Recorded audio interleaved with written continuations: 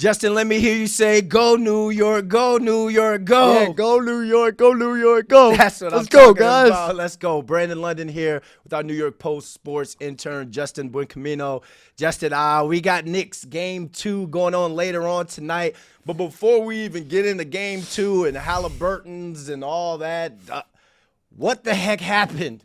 Game 1, bro. To be honest with you, I don't know. That was No, you know what happened. Break this thing down, because I don't know what happened. that was truly heartbreaking. Yeah. It really was. I don't know, man. Indiana just couldn't miss from the 3-point line. You know, we were committing stupid turnovers down the stretch, especially Brunson with 2. And obviously, you can't be missing free throws. Yeah. I know Cat missed 1. OG missed 1 with 15 seconds left or something like that. And you just can't do that if you want to close it out in the Eastern Conference Finals. You know, the stage is bigger now, and you can't be choking these moments away. Yeah, when he says close it out, he means close out a win and get a game 1 win at home, which I feel like the Knicks really needed. It's hard to say, and I ask people this all the time, because like in football, well, let's say a defender, I was a receiver and a defender made a play, we would say like they get paid too. So looking at it Pacer-wise, they get paid too. They got some good players on their team. Would you say the Knicks choked, or would you say the Pacers just went out and stole that game? I would say it was a mix. But again, if we do our part, you know, making those free throws and not committing the turnovers and not Stephen Neesmith or Aaron Curry coming into the fold and nailing 5 threes in a span of 2 minutes. Yeah. You know, I think we win that game if that doesn't happen.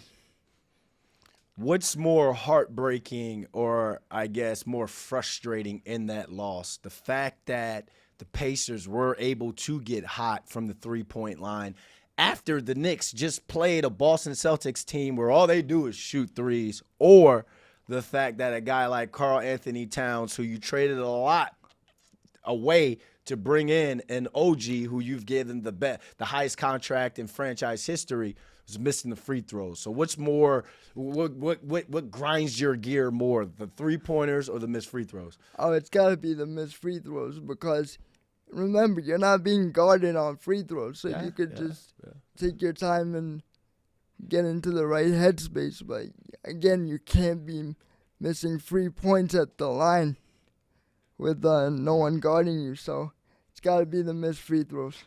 Another thing that I look at as a takeaway to that loss was Jalen Brunson being in foul trouble. I guess it was good for them in the fourth quarter when they were able to go on a 17-0 run or expand the lead by 17, and then he gets back in the game and then they go down. But he wasn't able to be any kind of aggressive on the defensive side of things in overtime. They were going after him, driving down the lane, trying to get contact to his body to get JB up out of there. Like, how do you protect him on the defensive side, because you know the Knicks need him on the offensive side? Honestly, not a lot of people that are watching this are going to like this, but I think Brunson's a defensive liability. No. And you saw when we made, the 13-1 run or something like that. Yep. Brunson was on the bench with those 5 fouls, and Deuce was doing his thing defensively. So I think Thibodeau's got to make those adjustments when he sees the game going that way. But obviously he's not going to bench Cap. So he's got to find a way to figure it out on defense. And we got to stop with the switching, man. Okay, all right. I don't know how it goes from Mikal and OG guarding Tyrese to Brunson guarding Tyrese. You know, we can't have those switches happen as often as they do. So when we talk game 2, and I know people are always like, this isn't a must win, because a must win is, you know, you're on the brink of elimination. But I feel as though a must-win. This is a must-win game for the Knicks going to Indiana for games 3 and 4. Would you put this game more on the players or more on Tibbs and the coaches to make some adjustments to get this thing right tonight? It's a mix of both. The players got to step up and the coaches got to make the necessary adjustments, because if you lose the first two at the Garden, then things aren't going to go well in this series.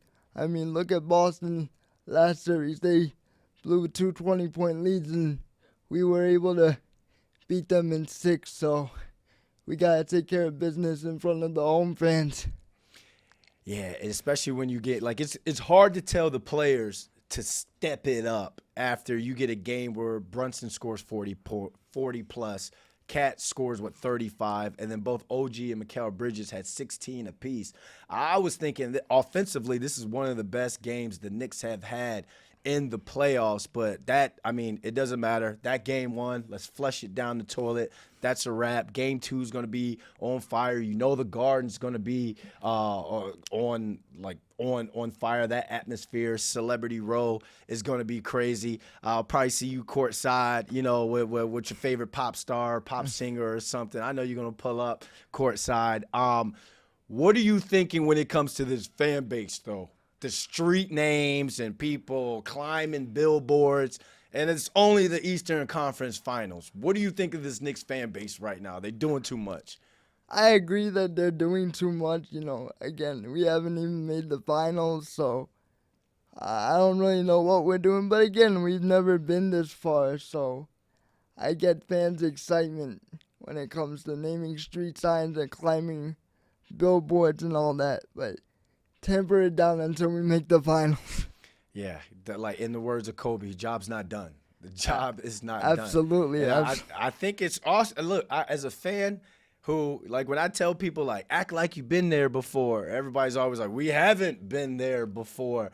But I think it makes the franchise look weak. That everyone's in the – I get one thing celebrating, but throwing trash at people in Halliburton jerseys, climbing the Nike billboard, and the dude took a selfie from it, which is absolutely epic selfie. But I just think it makes it look weak around the rest of the NBA when this here is the Mecca. This is the Mecca when it comes to basketball. I can understand that perspective, but again, we're a starving fan base. So okay. All right. When we get this far, we're going to be animals. We're going to show out. We're going to get crazy.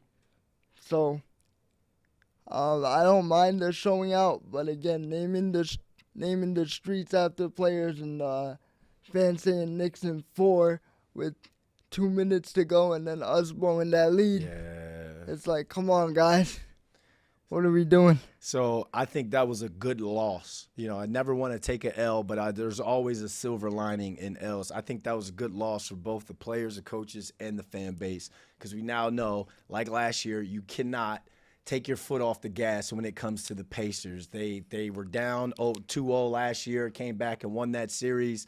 They're out for blood again this series as well. So final thought, man, wrap us up for the Knicks. Well, for sure, it definitely wasn't a good loss, blowing that kind of lead. But I think it did teach us lessons that we can't let our guard down and we got to play a full 48 minutes.